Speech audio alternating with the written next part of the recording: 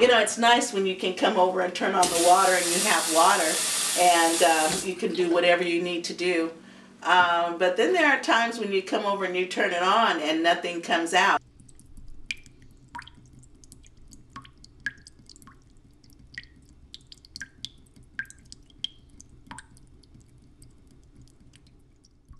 When the water goes off, then we have to wait for someone to come out and prime the pumps or do whatever it is that they have to do to get the water back on. We have been without water for at least 8 hours. But when the water goes off like that, when they restart it, you had all the settlement that settled in.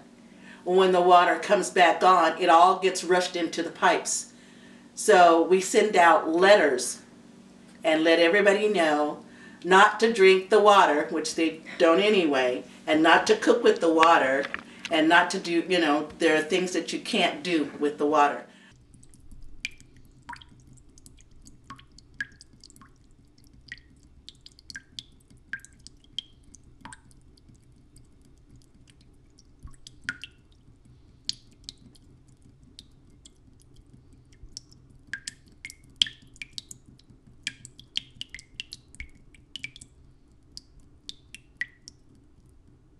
As a child, I grew up here.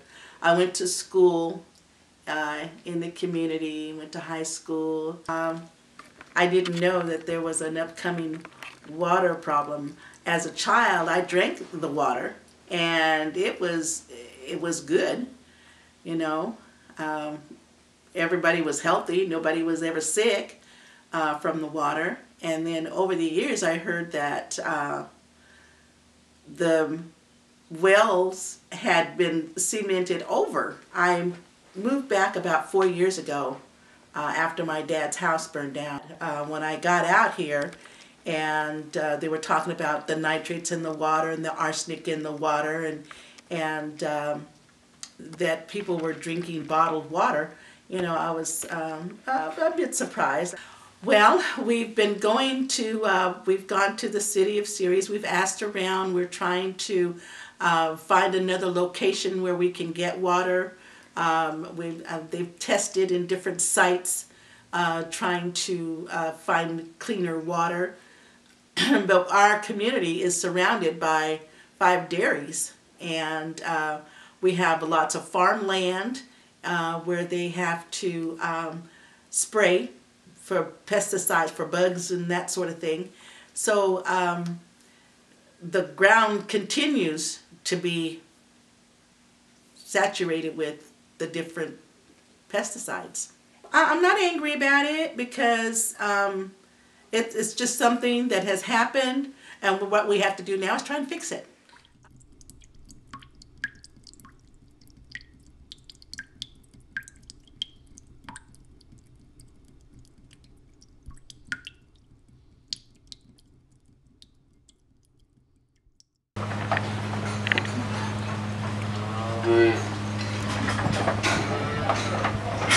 David Salvador.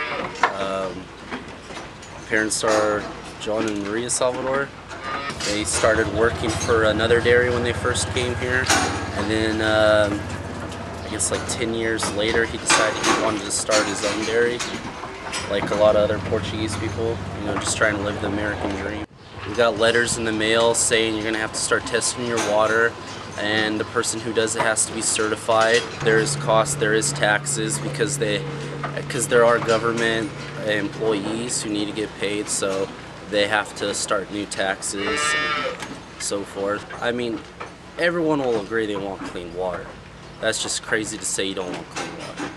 But if the regulations are too extreme all at once, then you're gonna have clean water but no jobs.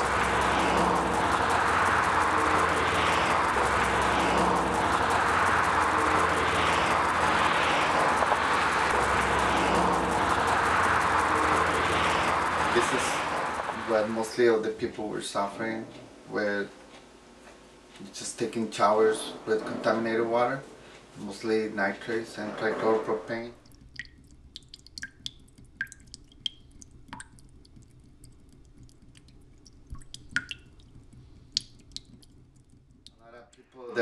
have skin rashes. Their skin was getting so red and they have to scratch their skin.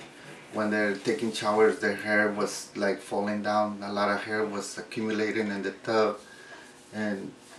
But most of the people here mostly are Mexicans and they don't share those things. But the women, when they get together, they start talking about, oh, my son, my daughter, there's something wrong. And, oh, here too, there's something wrong in my family. So those women, they brought it to the board, and then the board started paying attention, and that's how we started this issue with the water. That's about 2004, 2005. I got involved because my mom was suffering from the same thing. Every time she took a shower, her face was so red, and she needed to scratch. And we went to the supervisor for a district and explained to him that there was something wrong. People were getting sick, and they were not believing what was wrong. So we got some students from the University of Santa Cruz, and they came and did a survey with all the people, and they were finding out that most of the people had the same issues in their homes. So the county said, okay, probably it's the water. The water is the one that is causing all this. Because we were thinking that the water was the problem because some people were moving down. And then in 2001, the nitrates got into the third well, so they start giving out bottled water to the people. But then the people were starting getting sick. Well, in 2003, they make a deeper analysis on the water, and they find out another chemical with trichloropropane, which is not even regulated by EPA.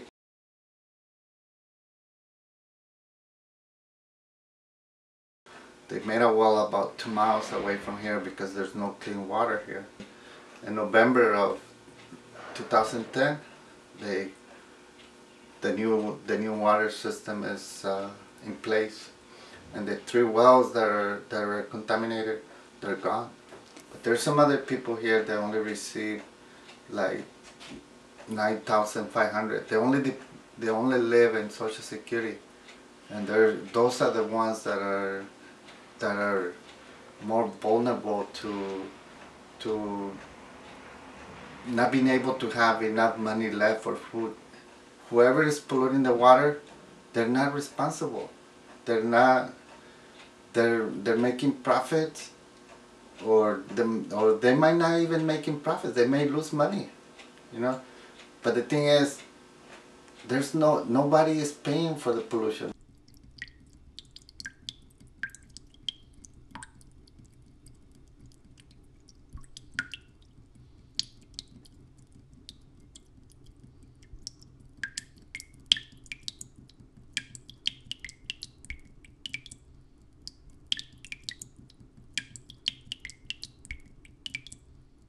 Farm Bureau's mission is to make sure that agriculture can continue and prosper in this particular region here. I mean, this is the 3rd most important agricultural county in California.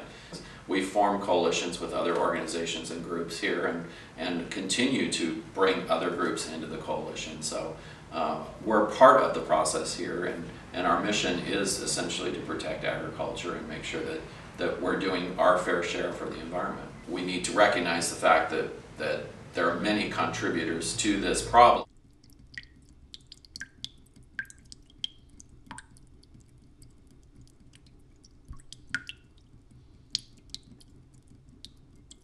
Then there's also issues in certain areas where military installations have been in place, and we have no idea what they used on those properties at that point. And so to penalize agriculture as the sole source of all these problems is really very short-sighted. We determined that the proposal that was put forth by the Regional Water Quality Control Board last spring of 2010, would have an economic effect in the region of about 12,000 acres of fallow farmland, prime farmland at this point. 3,000 to 5,000 jobs lost, and possible tax revenues lost of anywhere from 25 to 30 million, with a overall economic impact in the $200 million range.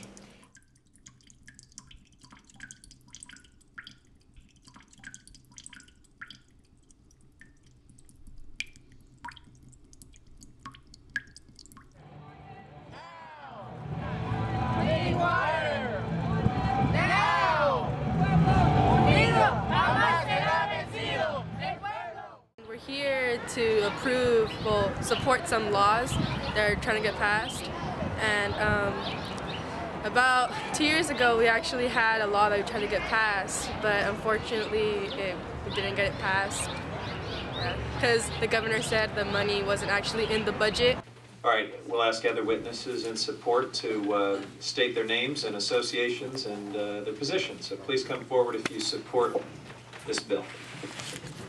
Hi, my name is Jerardo Mesquita, and I'm from a farm worker camp in Salinas. And I support this bill because we went through this experience of not having clean water. No, we didn't. We don't give up. We just keep fighting. We've been going at this for like about 5 years now, and we're just always there to support. We're always here. You know, we just gotta keep fighting, and hopefully, actually, something does happen.